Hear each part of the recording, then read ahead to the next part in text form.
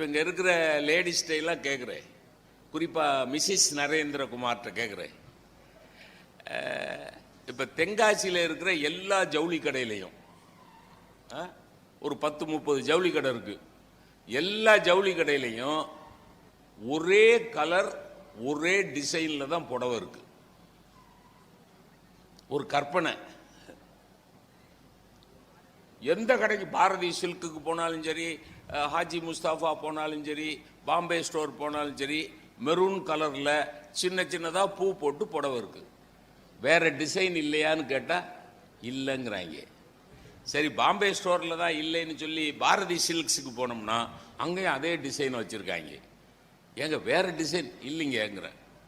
சேலை வாங்குறதுல ஒரு கிக் இருக்குமா? புரியுதா நான் என்ன சொல்றேன்னு? புரியுதுங்களா?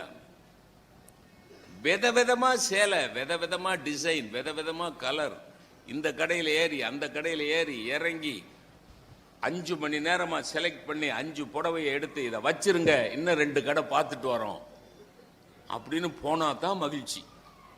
எப்படி 5 மணி நேரமா செலக்ட் பண்ணி 5 புடவையை எடுத்து இதை வச்சிருங்க, இன்னும் 2 கடை பார்த்துட்டு வரோம்னா தான் கிக்கு. சரி, சாப்பாடு. சார், பழைய சோறும் சின்ன வெங்காயமும் உடம்புக்கு நல்லது தானே? நல்லது தானே சார்? உங்க மகனுக்கு கல்யாண வீட்டில், உங்க மகனுக்கு கல்யாணம் விருந்து கொடுக்குறிய, எல்லா பேருக்கும் கும்பச்சட்டியில் பழைய சோறு. பழைய சோறு, பச்சை வெங்காயத்தை நீங்களே உரிச்சு வைக்கிறீங்க. அவனுக்கு அந்த சிரமம் வரக்கூடாதுன்னு பச்சை, ஏன்னா பெரிய வெங்காயத்தை டப்புக்குன்னு உரிச்சிடலாம், பச்சை வெங்காயத்தை உரிக்கிறது கஷ்டம், நீங்களே உரிச்சு வைக்கிறீங்க. அதை விருந்துன்னு சொல்லுவீங்களா? ஆனா உடம்புக்கு நல்லது. புரியுதா என்ன சொல்றேன்னு? உடம்புக்கு நல்லது. பழைய சோறும் பச்சை வெங்காயமும் உடம்புக்கு நல்லது. ஆனா அதை விருந்துன்னு சொல்லுவீங்களா? விருந்துனா என்ன? அறுசுவை. அதுதான் மகிழ்ச்சி. அப்போ உடை, உணவு, நட்பு, குடும்பம், கல்வி, மருத்துவம் எல்லாம் மகிழ்ச்சி சம்பந்தப்பட்டது. எல்லாம். இப்ப நோயோட போறீங்க, நோய் தீர்ந்து வர்றீங்க, மகிழ்ச்சி தானே?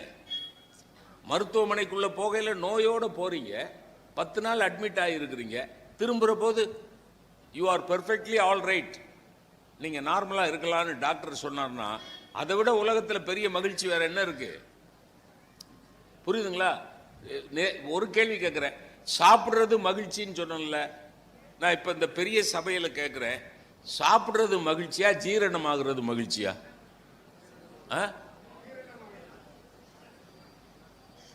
படிக்கிறது மகிழ்ச்சியா படிப்பிக்கிறது மகிழ்ச்சியா? படிப்பிக்கிறது தான் மகிழ்ச்சி. புத்தக திருவிழாவுக்கு வர்றது மகிழ்ச்சியா, புத்தகங்கள் வாங்குறது மகிழ்ச்சியா, வாங்கின புத்தகங்களை படிக்கிறது மகிழ்ச்சியா, படித்த புத்தகங்கள் படி வாழ்வது மகிழ்ச்சியா? வாழ்வது தான் மகிழ்ச்சி. நீங்க சும்மா ஒரு எக்ஸிபிஷனுக்குள்ள வர்ற மாதிரி அப்படியே பார்த்துட்டு பஜ்ஜி, வடை, வெங்காய பஜ்ஜி, அதுல ஒரு அக்கா சொல்லுது, இப்ப நான் உள்ள வரையில, போன வருஷம் வெங்காய பஜ்ஜில இவ்வளவு எண்ணெய் இல்லடி, இந்த தடவை எண்ணெயா இருக்கு. எதுக்கு? புத்தக திருவிழால.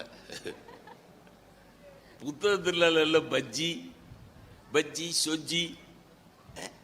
பஜ்ஜி எதுக்கு வைக்கிறாங்கன்னா, லேட்டாக லேட்டாக உங்களுக்கு பசிச்சா போய் வாங்கிக்கணுங்குது. அது முக்கியம் இல்லை புத்தகத்தில், அதான் முக்கியம். புத்தகத்தை வாங்கணும், புத்தகத்தை படிக்கணும், படித்தபடி வாழணும். ஒரு பஸ்ல ஏறுறது மகிழ்ச்சியா, போய் இறங்குறது மகிழ்ச்சியா? இறங்குறதா மகிழ்ச்சி. புத்தகத்தில் ஏறிட்டீங்கன்னு வைங்க. ஒரு கிளவிட்ட கண்டக்டர் கேட்டாரு, பாட்டி டிக்கெட் எடுத்துட்டியா அப்படின்னாரு. பாட்டி சொன்னா, உன் டிரைவர் ஓட்டுற ஓட்டத்தை பார்த்தா அநேகமா 65 பேர் டிக்கெட் எடுத்துட்ட மாதிரி தான் தெரியுதுன்னா. நான் இன்னும் எடுக்கல, 65 பேர் டிக்கெட் எடுத்த மாதிரி தான் தெரியுது. அவன் ரோட்ல ஓட்டுற மாதிரியே இல்ல, நேர வைகுந்தத்துக்கோ கைலாயத்துக்கோ அனுப்புற மாதிரி இருக்கு. பஸ்ல பஸ் எவ்வளவு கம்ஃபர்டபுள் பஸ்ஸா இருந்தாலும் ஏறுறது மகிழ்ச்சி இல்லை சார். சேஃபா போய் இறங்குறது தான் மகிழ்ச்சி. புரியுதுங்களா? மகிழ்ச்சினா என்னன்னு புரியுதுங்களா? மகிழ்ச்சினா என்னன்னு புரியுதுங்களா? இந்த மகிழ்ச்சி இன்னைக்கும் சரி, அன்னைக்கும் சரி, அந்த காலத்திலையும் சரி, இந்த காலத்திலையும் சரி, துரோகம் இருந்தது, வஞ்சகம் இருந்தது, வெறுப்பு இருந்தது, வெறி இருந்தது, எல்லா காலத்திலும் இருந்தது. அந்த காலத்தில் வெறி கிடையாதா? அந்த காலத்தில் வெறிப்பு கிடையாதா? அந்த காலத்தில் வறுமை கிடையாதா? ஏதோ சங்க காலம் பொற்காலம்ங்கிறாங்களே தமிழ்நாட்டில், சங்க காலம் பொற்காலம் அப்படிங்கிறான். சங்க காலம் பொற்காலமா? அப்படின்னா சங்க காலத்தில் புலவர் அடுப்புல பூனை தூங்குச்சுன்னு எப்படி எழுதினாரு? புரியுதா? என்ன சங்க காலத்தில் அடுப்புல பூனை தூங்குச்சுன்னு பாட்டு இருக்கு. சங்க காலத்தில் குழந்தைக்கு பால் கொடுக்குறா தாயி, வற்றிய முலையை சப்பி சப்பி குழந்தை அழுதது என்று பாட்டு இருக்குது. அப்ப வறுமையும் ஏழ்மையும் தாண்டவமாடிய ஒரு யுகம் எப்படி புனித யுகமாக பொன் யுகமாக இருக்க முடியும்? அன்னைக்கும் வறுமை இருந்தது, அன்னைக்கு வழிப்பறி இருந்தது, அன்னைக்கு அரசியல் அநியாயம் இருந்தது, அன்னைக்கு அயோக்கியத்தனம் இருந்தது. அதையெல்லாம் மீறி அன்னைக்கும் மகிழ்ச்சி இருந்தது. புரியுதுங்களா? இதான் முன்னுரை. அதையெல்லாம் மீறி அன்னைக்கும் மகிழ்ச்சி இருந்தது. இன்னைக்கு எல்லாம் இருக்கு. நான் சொன்ன பட்டியல் எல்லாம் இன்னும் கூட அழுத்தமாவே இருக்கு. இன்னும் கூட அந்த காலத்தில் இருந்ததை விட இன்னைக்கு அதிகமாகவே இருந்து. ராமாயண காலத்தில் ஒரு அயோக்கியன் ஒரு யோக்கியன். ராமாயண காலத்தில் ஒரு யோக்கியன் சண்டை போட்டோம், ஒரு அயோக்கியன். மகாபாரத காலத்தில் அடுத்த யுகம். அடுத்த யுகத்தில் என்ன ஆகி போச்சு? 5 யோக்கிய 100 அயோக்கிய கூடிட்டாங்களா? அப்ப திரேதாயுகம் கிருதயுகம் அப்படி இப்படின்னு சொல்ற போது இப்ப கலியுகம். இப்ப யாரோட எண்ணிக்கை அதிகமா இருக்கும் சொல்லுங்க? எங்களை பத்தியே நாங்க சொல்ல முடியாதுங்கிறீங்களா? இல்ல எப்படி இல்ல சொல்லுங்கன்னா அது எப்படி எங்களை பத்தியே நாங்க சொல்றது? அயோக்கியம் தான் சார் அதிகம். ஆனா அந்த அயோக்கியத்தனத்தை மீறி இன்னைக்கும் மகிழ்ச்சி இருக்கு. இன்னைக்கு இருக்கா இல்லையா? இன்னைக்கு மகிழ்ச்சி இல்லாம புத்தக திருவிழாவில் இவ்வளவு பேர் எப்படி வருவீங்க? இன்னைக்கு மகிழ்ச்சி இல்லாம இப்படி ஒரு கூட்டம் எப்படி ஏற்பாடு பண்ணுவீங்க? அல்ல, அன்னைக்கும் மகிழ்ச்சி இருந்தது, இன்னைக்கும் மகிழ்ச்சி இருந்தது. அந்த காலத்துல அதிகமா இருந்ததா, இந்த காலத்துல அதிகமா இருக்குதா? இதாங்க தலைப்பு. இவ்வளவுதான் தலைப்பு. அந்த காலத்துல தான் அதிகமா இருந்தது அப்படின்னு பேசுறதுக்கு நம்முடைய சங்கரன் கோயில்ல இருந்து 2 பேர் வந்திருக்கிறாங்க. இவர் சங்கர் ராமன், பள்ளி ஆசிரியர், மிகச்சிறந்த பேச்சாளர், நல்ல நாட்டுப்புற கதைகள், நாட்டுப்புற இசை ரொம்ப பிரமாதமா பேசுவார். அந்த பொண்ணு சங்கரேஸ்வரி, அவங்களும் சங்கரங்கோயில். இவர் சங்கரராமன், அவங்க சங்கரேஸ்வரி. அவங்க இந்த வயதிலேயே ஆன்மீகத்தில் ரொம்ப தோய்வு. நீங்க அவங்க யூடியூப்லாம் பார்த்தீங்கன்னா அநேகமாக குடும்பத்தை விட்டுட்டு சன்னியாசம் வாங்கிட்டு போயிடலாமாங்கிற ஒரு ஃபீல் வரும். அந்த மாதிரி அவ்வளோ அழுத்தமாக ஆன்மீகம் பேசுவாங்க. இவங்க 2 பேரும் அந்த காலத்தில் தான் மகிழ்ச்சி இருந்தது அப்படின்னு பேச போகிறாங்க. இந்த பக்கம் அக்ஷயா லோகேஷ்குமார் தஞ்சாவூர்லேருந்து தென்காசிக்கு வந்திருக்காங்க. அவ்வளோ தூரம் பயணப்பட்டு தென்காசிக்கு வந்திருக்காங்க. இந்த பக்கம் 2 கொஞ்சம் வயசுல சின்னவங்க. அந்த தம்பி இளவரசன் பிகாம் தான் படிக்கிறாரு.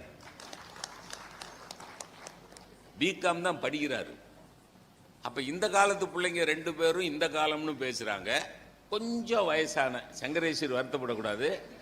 ஏன்னா இவரை சொல்லலாம், இவர் ஒன்றும் அதை மைண்டே பண்ண மாட்டாரு. யாரு? இப்போ சங்கர் ராமனை வயசாயிருச்சுன்னு சொன்னேன்னு வைங்களேன், அவர் மைண்டே பண்ண மாட்டார். உன்னைய விடவா எனக்கு வயசாயிருச்சு போயா அப்படின்ட்டு அவர் வாட்டில் உட்காந்துருவார். ஆனால் பெண்களை வயசை பற்றி வயசு கேட்கவும் கூடாது, சொல்லவும் கூடாது. ஒரு வயசான அம்மாட்ட உங்க வயசு என்ன பாட்டி அப்படின்னு கேட்டேன். உங்க அம்மா வயசு தான். எப்படி பதில்?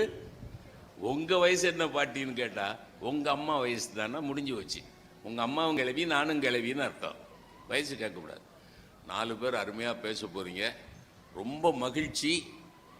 தாமதமாக ஆரம்பித்தாலும் இத்தனை பேர் இருந்து கேட்கிறீர்கள் என்பது பெரிய மகிழ்ச்சி.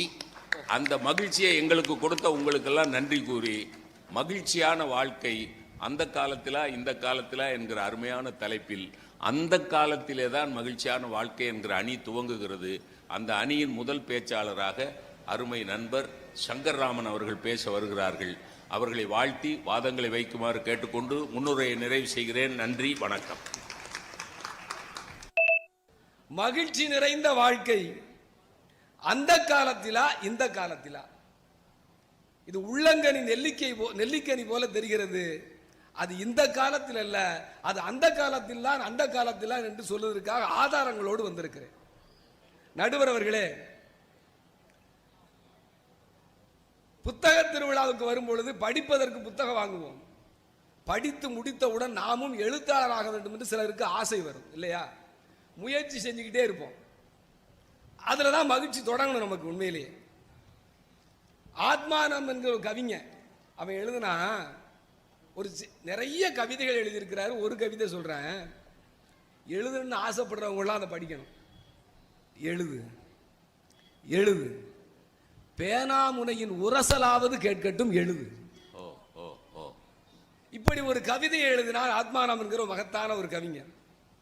நாம் யோசித்து பார்க்க வேண்டும், அப்படி எழுதுவதற்கான நிதானமான வாழ்க்கையை நாம் வாழ்ந்துகிட்டு இருக்கோம். என்றைக்கு நிதானத்தை இழந்தோமோ நாம் மகிழ்ச்சியை இழந்துட்டோம். காலையில் எந்திரிச்சு இரவு தூங்க போகிற வரைக்கும் பார்த்தீங்கன்னா எதையாவது விரட்டி ஓடிக்கிட்டே இருக்கும். அப்படி ஒரு வாழ்க்கையை தானே வாழ்ந்துகிட்டு இருக்கோம். எதையாவது விரட்டி விரட்டி ஓடிக்கொண்டே இருக்கக்கூடிய ஒரு வாழ்க்கை எப்படி மகிழ்ச்சியான வாழ்க்கையாக இருக்க முடியும்? நம்முடைய மதிப்பிற்குரிய மாவட்ட ஆட்சித்தலைவர் அவர்கள் வருகை தந்து கொண்டிருக்கிறார்கள். அவர்களை நாம் பட்டிமன்ற குழுவின் சார்பாக பணிந்து வரவேற்கின்றோம்.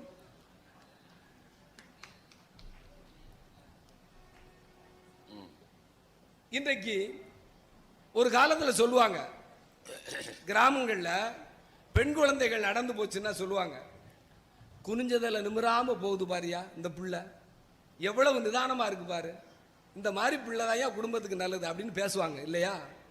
அது பெண்களுக்கு பொருந்துகிறது ஒரு காலத்தில். ஆனால் இன்றைக்கு நீங்கள் ஒரு பேருந்தில் ஏறி போய் உட்கார்ந்து பார்த்தீங்கன்னா எல்லார் கையிலையும் அலைபேசி வந்து உட்கார்ந்துக்கிட்டு ஆணு பெண்ணு வேறுபாடு இல்லாம இன்னைக்கு எல்லாரும் குனிஞ்சதில் நிமிராம போய்கிட்டு இருக்காங்க. பக்கத்தில் நிற்கிறது கர்ப்பிணியா, இந்த பக்கம் நிற்கிறது வயசான ஆளா, இவருக்கு இடம் கொடுக்கணுமா, இப்படியெல்லாம் யோசிப்பதற்கெல்லாம் நினைக்காம இன்னைக்கு குனிஞ்சதில் நிமிராம வாழுதமே, இதுதான் மகிழ்ச்சியான வாழ்க்கையான்னு நான் கேட்கிறேன்.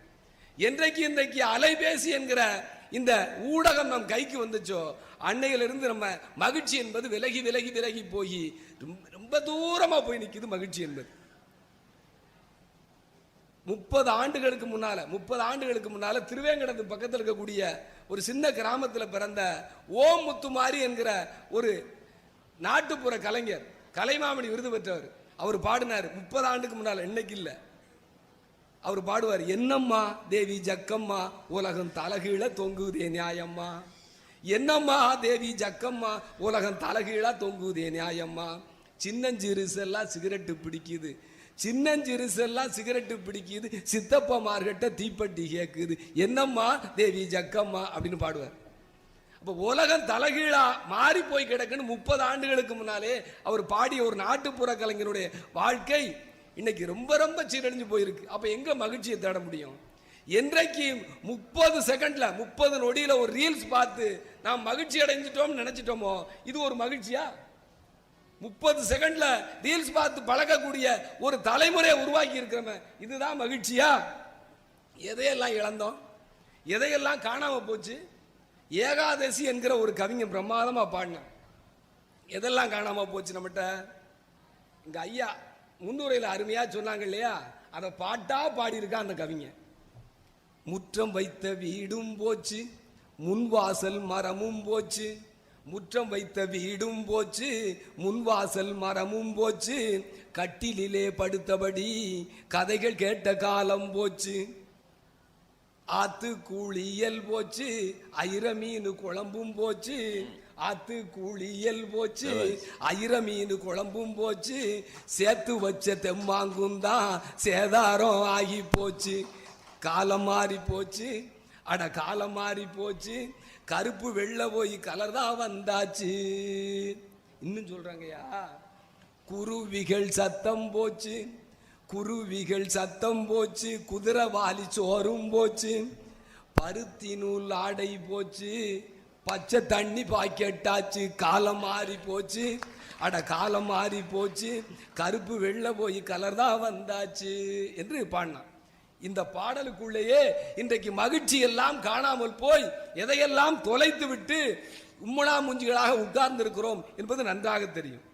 நடுவர் அவர்களே, உணவுல எதெல்லாம் இழந்தோம் இன்னைக்கு பேருந்து நிலையங்களிலே நாம் நிற்கக்கூடிய கம்மங்கஞ்சி விற்கக்கூடிய கேப்பக்கூழ் விற்கக்கூடிய அந்த வண்டிகளின் வரிசையை பார்க்கும் பொழுதே நாம் மகிழ்ச்சியை தொலைத்து விட்டோம் தானே பார்க்கிறோம். அன்னைக்கு போய் ஒரு உணவகத்தில் போய் சாப்பிட்றது உட்கார்ந்துருக்க, குடும்பத்தோடு உட்கார்ந்துருக்கேன். என் பையன் கேட்குறாரு, ஃப்ரைட் ரைஸ் கொண்டு வாங்க அப்படிங்கிறார். எனக்கு அதை பற்றி தெரியலை சரியா. ஃப்ரைட் ரைஸ்னா என்னன்னு தெரியலை அப்படின்னு சொல்லிட்டு அந்த உணவை பரிமாறக்கூடியவர்கிட்ட கேட்டேன், ஐயா ஃப்ரைட் ரைஸ்னா என்ன அப்படின்னு கேட்டேன். என்னங்க ஐயா அது, உங்களுக்கு வயசாகி போச்சு, உங்கள் பையனுக்கு நல்லா தெரியும், ஃப்ரைட் ரைஸ்னா என்னன்னு தெரியலையா உங்களுக்கு? சொளவுல உடைச்சதை சொளவுல பிடைச்சதை உலையில போட்டா ரைஸ், சொளவுல பிடைச்சதை உலையில போட்டா ரைஸ், உலையில வெந்ததை மறுபடியும் புடைச்சா அது ஃப்ரைட் ரைஸ் அப்படிங்க. இந்த வாழ்க்கையில யாராவது சோற வடிச்சதுக்கு பின்னால சோற பிடைக்கிறத பார்த்துருக்கோமா? இன்னைக்கு யோசித்து பார்த்தால் வாழ்க்கை தலைகளா கிடைக்குத. நல்ல விஷயம் எங்க கிடைக்குது? பாரம்பரியமான உணவு காணாம போனது, பாரம்பரியமாக நிதானமாக மகிழ்ந்த காலமும் போனது. ஒரு கோயில் கொடையில உட்கார்ந்து எல்லாரும் பேசும் பொழுது எத்தனை வகையான கதைகள் பேசணும். அன்னைக்கு ஒரு அம்மங்கோயில் விழா, அங்க பூசாரி வந்து சொல்றாரு, ஐயா வரகரிசி சாப்பிட்டுருக்கீங்களா? தெரியாதியா அப்படின்னு. வரகரிசினா என்ன அப்படின்னு கேட்டேன். அவர் சொன்னாரு, அதுக்கு 7 தொலி இருக்கும். 7 தொலி இருக்கிறதுனால கிழவி என்ன செய்வான்னா உரல்ல போட்டு அதை குத்தி எடுக்கும் பொழுது தொலி லேசில் வராது. உடனே வரகை எடுத்து கையில் எடுத்து கேட்பாளாம், வரகே நீ எப்போ வெளியே வருவ அப்படின்னு. அந்த பாட்டி சொல்வாளாம், அவ்வளவு சீக்கிரம் நான் வெளியில வந்துருவேனா? எனக்கு பட்டு கொடுக்கணும், பதம் போடணும், பன்னீர் தெளிக்கணும், இவ்வளவும் செஞ்சு நீ குத்தினா தான் நான் வெளியே வருவேன் அப்படின்னு சொல்லுவான். அதனால 7 தொலி இருக்கிறதுனால 2 ஆடை உடுத்திருக்கிற நாம எவ்வளவு பாதுகாப்பா இருக்கிற நினைக்கிறோம், பாதுகாப்பா இருக்கிறதா நினைக்கிறோம். அதனால அதுக்கு பேர் சொல்ற அந்த கிழவி வரகரிசிக்கு 7 அரண்மனைக்குள்ள இருக்கிற இந்திராணின்னு பேரா. இதை உணர்ந்தோமா நாம் என்றைக்காவது? நாம் சாப்பிடுகிற அரிசி சரியானதான்னு யோசிச்சோமா? நாம் சாப்பிடுவது, உண்பது, உறங்குகிற பாயிலிருந்து எல்லாமே மாறி போய் கிடக்கிற பொழுது எப்படி நல்ல தூக்கத்தோடு மகிழ்ச்சியா நீங்க தூங்குவீங்க? நம்மகிட்ட இருக்கிற கதை மரபு இருந்தது இல்ல, இந்த புத்தக கடை, இந்த கடைகள் முழுக்க சொல்வது அதுதான். நம்மகிட்ட காணாமல் போற கதை மரபு எங்க போச்சு? விடுகதைன்னு சொன்னா செவ்வியல் மரபு, அதையே அழிப்பாங்கன்னு சொன்னா அது நாட்டுப்புற மரபு. இந்த ரெண்டையும் உணர்ந்த ஒரு மரபு நம்மகிட்ட இருந்துச்சு. பச்சை பிள்ளைய மடியில போட்டுக்கிட்டு குழந்தை கதை கேட்குங்க. நாமெல்லாம் அப்படி கதை கேட்டோம். 40 வயசுக்கு மேல உள்ளலாம். ஒரு ஊர்ல ஒரு நரி இருந்துச்சான்னு சொல்ல உடனே அந்த கதையை சொல்லும் பொழுது குழந்தை உம்மு கொட்டி கேட்கும் தெரியுமா? இந்த உம்மு கொட்டுறது தான் உள்வாங்குகிற திறன், அப்சர்வேஷன் பவர் அப்படிங்க. இதை 2 வருஷம் பிஎட்ல போய் படிக்கான் நம்ம மாணவன். உள்வாங்குகிற திறனை பத்தி நம்ம தாத்தா பாட்டி சொல்லி கொடுத்த இந்த கதை உருவ மரபு இருந்ததுன்னா நமக்கு உள்வாங்குகிற மரபுன்னா என்னன்னு தெரிஞ்சிருக்குமே. பள்ளி கல்வித்துறை கதை சொல்ல பழக கதை சொல்லுங்கள், குழந்தைக்கு கதை மூலமாக சொல்லுங்கள் என்று சொல்லி எங்களுக்கு கற்றுக் கொடுத்திருக்கிறது, பயிற்சி கொடுக்கிறது. நடுவர்களை ஒரே ஒரு 2 விஷயம் சொல்லி முடிச்சிருந்தேன். ஒரு பையன் போன வாரம் இலக்கியம் என்ற கூட்டம் நடத்துறோம் பள்ளிக்கூடத்தில். அதுல வடக்கு புதூர் சின்ன ஊர்ல இருந்து ஒருத்தன் வந்திருக்கான். யாராவது ஒரு கதை போடுன்னு சொன்னா அந்த பையன் நேரா மேடைக்கு வந்து, ஐயா நான் ஒரு கதை போடுதேன் அப்படின்னா. அழிப்பான் கதை போடுதேன், என் கதையை அழிக்கிறது யாருன்னு பார்ப்போம்னா. சொல்லுப்பா அப்படின்னு. அவன் சொன்னான், நட்ட நடு காட்டுக்குள்ள நல்லா மழை பெய்யுது, 4 அவரைக்காய் மட்டும் நனையாம நிக்குது, அது என்னன்னு கேட்டான். யாருக்குமே தெரியல, ஆசிரியர்களுக்கு தெரியல, மாணவர்களுக்கு தெரியல, நகரத்தில் உள்ள மாணவர்களுக்கு தெரியல. அதே ஊரை சேர்ந்த இன்னொரு குட்டி பையன் வந்தான், 6வது படிக்கிறவன். அவன் தான், நான் சொல்றேன் ஐயா அப்படின்னு வந்தான். மேடைக்கு வந்து சொன்னான், நட்ட நடு காட்டுக்குள்ள நல்லா மழை பெய்யுது, 4 அவரைக்காய் மட்டும் நனையாம நிக்குது, அது என்னன்னு கேட்டா பசுமாட்டின் பால்மடி அப்படின்னா. சிந்திச்சு பார்த்திருப்போமா? அப்ப பழைய கதைகளையும் பழங்கால பண்பாட்டையும் என்னைக்கு இழந்தமோ நாம என்ன மாதிரியான வாழ்க்கையை வாழ்ந்துகிட்டு இருக்கோம்? நடுவர்களே, அண்ணனுடைய மனைவி அண்ணின்னு சொல்லுவோம். இது நகரத்தில் வாழக்கூடிய செவ்வியல் மரபு. ஆனால் கிராமத்தில் உள்ள மக்கள் அங்க எப்படி சொல்லுவாங்க? குறிப்பா தென்காசி சங்கரவயல் வட்டத்தில் மதினி அப்படிமா. மதினி. இன்னும் அதை அழகாக நம்முடைய கிராமத்து பிள்ளைகள் சொல்லு, ஏன் மைனி, மதினி என்பது மருவி மைனின்னு சொல்லுவோம் இல்லையா? உங்களுக்கு ஒவ்வொரு சொல்லுக்குள்ளையும் ஒரு தொனி இருக்கு, ஒரு மனசுக்கான நெருக்கம் இருக்கிறது. இந்த நெருக்கத்தை எல்லாம் இழந்துட்டு இன்னைக்கு அப்பாவும் அதான் சித்தப்பாவையும் மாமா, அது அங்கிள்லாம் சொல்லலாம், மாமாவையும் அங்கிள்னா. இது விளங்குமா? இந்த இதுல மகிழ்ச்சி இருக்கிறதா? யோசித்து பார்த்தா நடுவர்களே, பழங்கால கதைகள் போனது, பழங்கால சொற்கள் போனது. நம்முடைய கமலக்கண்ணன் ஐயா சொன்னது மாதிரி திருக்குறள் அவர் சொன்னார், அழகா சொன்னார். திருக்குறளுக்கு பல உரைகள் வந்திருக்கு. ஆனால் எத்தனை கோடி தமிழ் மக்கள் பிறந்திருக்கிறார்களோ அத்தனை கோடி பேரும் ஒரு உரை எழுதுகிற அளவுக்கு அது மிகப்பெரிய செவ்வியல் இலக்கியம் என்று சொல்லிட்டு போனார். ஏன்னு கேட்டா, ஒவ்வொருவருடைய அனுபவத்திற்கு தகுந்தது மாதிரி, ஒவ்வொருவருடைய வாழ்க்கை பட்டறிவுக்கு தகுந்தது மாதிரி திருக்குறள் புது பரிமாணம் எடுத்துக்கொண்டே இருக்கும். அதுதான் திருக்குறளின் வலிமை. நடுவர் அவர்களே, நான் மறுபடியும் சொல்லி முடிக்கின்றேன். நல்ல ரசிய மனப்பான்மை இழந்தோம், நிதானத்தை இழந்தோம். ஒரு திருமணத்தை கூட A to Z ஒரு ஒப்பந்தக்காரரை ஒப்படைத்து விட்டு நாம் பேசாமல் இருக்கிறோம். நாம் பரிமாறுகிற அழகு பாழா போனது. எல்லா வகையும் பார்த்து கொண்டிருந்தால், எல்லாவையும் வேடிக்கை பார்த்து கொண்டு அமைதியாக மாற்றத்தை பற்றி மட்டுமே யோசிக்காத ஒரு தலைமுறையாக விளங்கி கொண்டிருக்கிறோம். எனவே நடுவர் அவர்களே, நீங்கள் யோசித்து நல்ல தீர்ப்பை தர வேண்டும். மகிழ்ச்சியாக வாழ்கிற வாழ்க்கையை திரும்பவும் மீட்டெடுக்க வேண்டும் என்று சொன்னால், நாம் பழைய தமிழ் பண்பாட்டையும் பழமரபு கதைகளையும் விளையாட்டுகளையும் திரும்பவும் குழந்தைகளுக்கு கற்றுக் கொடுக்க நாம் தயாராக வேண்டும். அதைத்தான் இந்த சமூகம் இயக்கத்தோடு பார்த்து கொண்டிருக்கிறது என்று சொல்லிக்கொண்டு, மகிழ்ச்சி நிறைந்த வாழ்க்கை என்பது அந்த காலத்திலே என்பதை சொல்லி, எங்களது மாவட்ட கல்வி அலுவலர் ஐயா அவர்கள் அருமையாக உட்கார்ந்து கவனித்துக் கொண்டிருக்கிறார்கள். அவர்களுக்கும் நன்றியை சொல்லிக்கொண்டு விடைபெறுகின்றேன். நன்றி, வணக்கம். அருமை.